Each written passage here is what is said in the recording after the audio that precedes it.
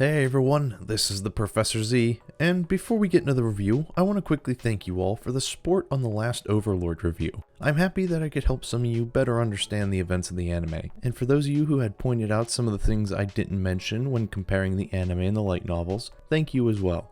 I try my best to point out as much as I can, but I'm not perfect and I'm bound to miss some things. Now with that out of the way, it's time to review Overlord Season 4, Episode 2. And boy, where the hell do I even start? This episode is kinda odd. Despite Madhouse continuing the cut from the light novel, they have added 2 anime-only scenes in this episode. Now, the reason for this may be due to this season not just containing volumes 10 and 11, which is what I and many others assumed would be the case since the Overlord film was confirmed to be covering volumes 12 and 13. However, that's no longer the case. Madhouse, or whoever's making these decisions, has decided to merge volumes 10, 11, and 14. Yes, you heard that right, volume 14, together to make season 4. Now, this does make some sort of weird sense, since every other season of the anime has covered 3 volumes of the light novels in the past. However, they have never once skipped over any of the books. Now, the biggest issue with them doing this is that the events of volumes 12 and 13 directly cause the events of volume 14.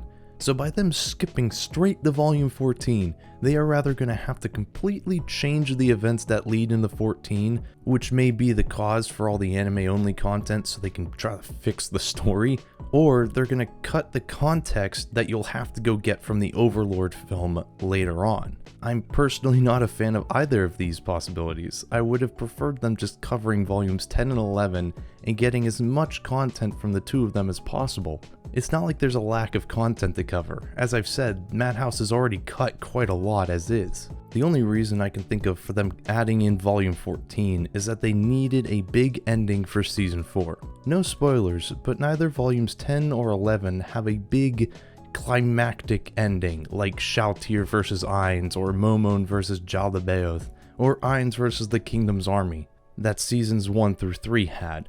However, volume 14 does end with a big climactic battle, which would make it the perfect ending for season 4. This of course coming at the cost of cutting things down in order to fit it all, which is very much a double-edged sword since these volumes as is already cover a lot without adding 14 on top of it. For now though, let's actually talk about the episode. We start off with an anime-only moment. Now it's a quick moment where Ainz reflects on how important Albedo and Demiurge are to this whole operation. What Ainz wants to do with this whole world domination plan is actually recreate the guild he built alongside his friends. This, however, might contradict what Albedo and Demiurge had planned, and since they're significantly smarter than Ainz, he can't bring himself to bring it to their attention. Fifth then falls to her knees, feeling that Ainz being distraught was her fault, which is great. Now, the opener. I freaking love this song. It's another banger by OXT, and I can't wait to listen to the full song. The only thing I'm really worried about with the opener is the overuse of CGI on display. It's normal for Overlord at this point to have CGI, but I can't be the only one who is hoping to see less of it this season. I'm not going to talk about any of the characters in the OP since it would probably be spoiling things if I did, but can we please get a hand for our man Pandora's actor for finally being in line with the other Guardians. Okay, that's enough. After bringing the house down with that opening song, we cut to Renier reading to a group of children. Quick note, any skipped content that's just simple conversation will be given a simple breakdown. If I gave every bit of cut content its own paragraph, we'd be here forever. Just read the books if you want every fragment of information. No, actually, just read the books anyway, they're great. Even if you can't read, learn how to read and then read Overlord. It's just that good. The reason I mention this now is because there's a small segment where Tina and Climb speak with one another, but it's not super significant. Climb then enters the orphanage, informing Renier that it's time to go, all the while being smitten by the scene of Renier with the children, Evil Eye face-palming in the background. We learn that the orphanage Renier was at had just recently been built in order to support the children who'd lost their parents in the battle against the Sorcerer's Kingdom. Now, this is something I want to bring up. I don't know if it was just the translated version of this episode that I was watching with the subtitles, but they changed the name from the Sorcerer's Kingdom to the Kingdom of Darkness. I don't understand why they did this. They had already established at the end of Season 3 that they were going with the name Sorcerer's Kingdom.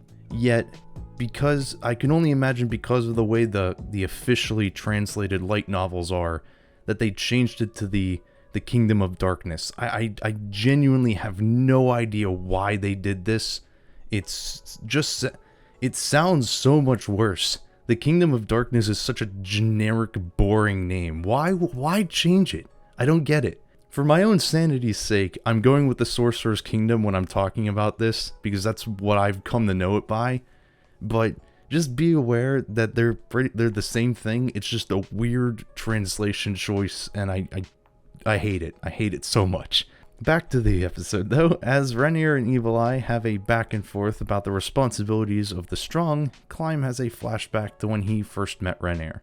We see that smile from Renier, but it doesn't seem like Climb can remember the rest of her face. Coming back to reality, we learn that there's an ulterior motive for the orphanage. That is, to raise children who show promising talents.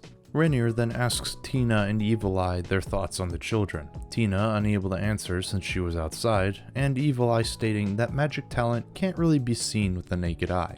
Something cut here is that there are magic and talents that can detect magical potential, but they're rather very rare or very unreliable. Renier then asks about Tina's and Evil Eye's talents. Tina not answering the question, and Evil Eye giving Renier a sore ear, yelling about not giving away her secrets.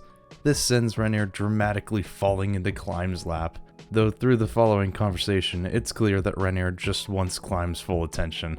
We then learn the whereabouts of the other Blue Rose members, them having gone out training due to Tia and Gagaron having lost copious amounts of EXP due to their resurrection after dying to Jalabeoth. This leads into Evil Eye fangirling over Momon, saying that he'll save them from mines.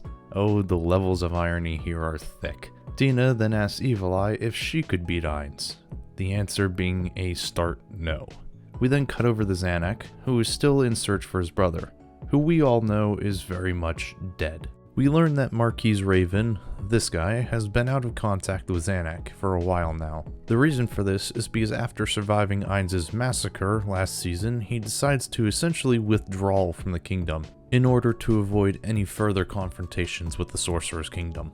Zanuck is then interrupted by an announcement that his sister has returned. Despite essentially being the reigning king since his father is too ill to do much, Zanuck goes and meets with Renier instead of her coming to him. This is because he desperately needs her insight on what kind of tribute to give the Sorcerer's Kingdom. As the two of them meet though, it seems that Renier has read his mind and gives Zanuck the answer he seeks without having to ask. A soldier then approaches, announcing that the Sorcerer's Kingdom will be sending a diplomat. Now, in the light novel, this is something that takes several days, but here it happens almost immediately. Zanuck then offers Renier a rural, peaceful life once he becomes king, instead of marrying her off. As Zanuck walks away though, Renier whispers that his offer has come too late, and that another offer has already become far more tempting. This, of course, is foreshadowing something that happens later on in the episode. We then get another anime-only section. Yep, this whole section with Brain is not in the books at all. Brain is at a dojo, showing off that he has mastered Gazif's move, the sixfold slash of light. Here we meet Gazif's mentor and former adamantine adventurer, Vestjor Croft de Loffen.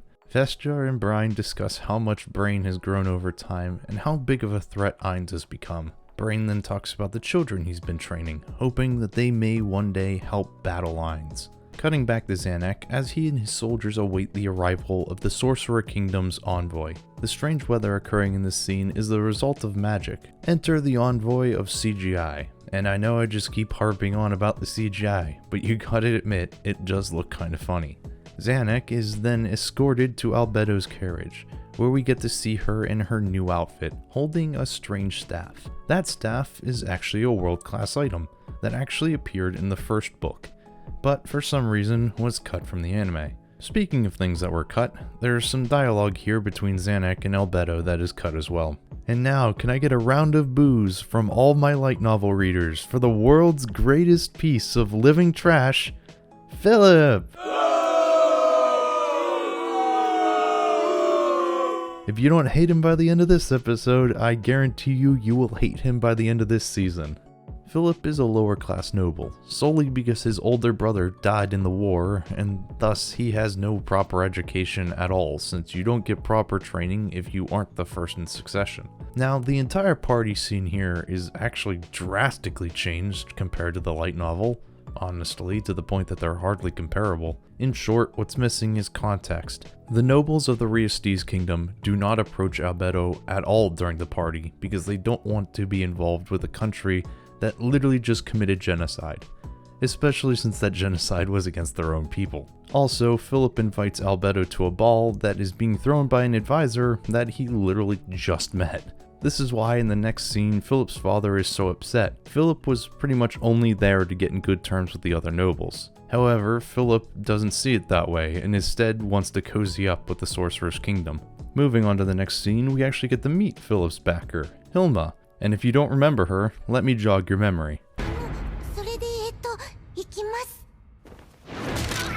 Yep, she's one of Six Fingers' leaders, who are now under Ainz's thumb. If you didn't realize, they're actually manipulating Philip for their own needs, creating a faction made of inexperienced nobles with Philip at their head. We then move to the scene where Philip is walking Albedo towards the ballroom, trying to look good in front of her, and being about as transparent as a sheet of glass about his feelings for her, which comes to a head when Philip grabs Albedo's shoulder. We don't see it, but you can only imagine how she would react to that. Cutting to Hilma, who shows how little she thinks of the gathered nobles, when she's suddenly approached by Philip. Albedo has requested a break from the ball. Though Hilma says that she'd escort her, Philip requests to go as well. With a little convincing though, Philip backs down. However, Philip then turns the subject to marrying Albedo, which disgusts the ever-living hell out of Hilma. We then fade to Albedo furiously rubbing her shoulder with a cloth while cursing Philip. Despite her disgust, Albedo actually refuses Hilma's offer to find a new puppet, mainly because Philip has already done a great job at being an idiot. Now, these parts at the end are probably pretty confusing for most people, mainly due to, and you guessed it, cut content. The room Albedo enters at the end here is actually a meeting of the Six Fingers. There's a few things to go over here when it comes to the contents of this meeting. First is Albedo using Six Fingers' influence to push trade with the Sorcerer's Kingdom. Second, using them to gain knowledge about existing magic items. Specifically, Albedo is looking for information about the item that might have brainwashed Shalltear in Season 1. And lastly, is for them to continue growing so that the Sorcerer's Kingdom will one day absorb the kingdom. Finally, there's the after credits scene. We learn here that Renier has forsaken the kingdom in order to work for Ainz. Now, the box. What's in the box? I can't tell you what's in the box that Albedo gave Renier, but just be aware that it is very important for something that happens later. The other thing Albedo mentions here is also something I can't tell you about. This scene here may have confused some of you. This is actually a shadow demon, a creature created by Nazarick in order to monitor Renier. And that's where this episode comes to an end. I don't know if there's an anime that suffers from cut content more than Overlord. At this rate, these videos are just going to become 90% me talking about cut content and 10% actually talking about the episode. If there is one positive thing that came from this episode, it would probably be the animation. I believe the second episode here does do better with the 2D animation than the first episode. And of course, the opener claps. But that's all for today's episode. Leave a like if you enjoyed it. Comment down below about what you thought about this episode. Am I being too judgmental, or is what I'm saying making sense? Subscribe if you want to see more. And as always everyone, this has been the Professor Z, and I'll see you all next time.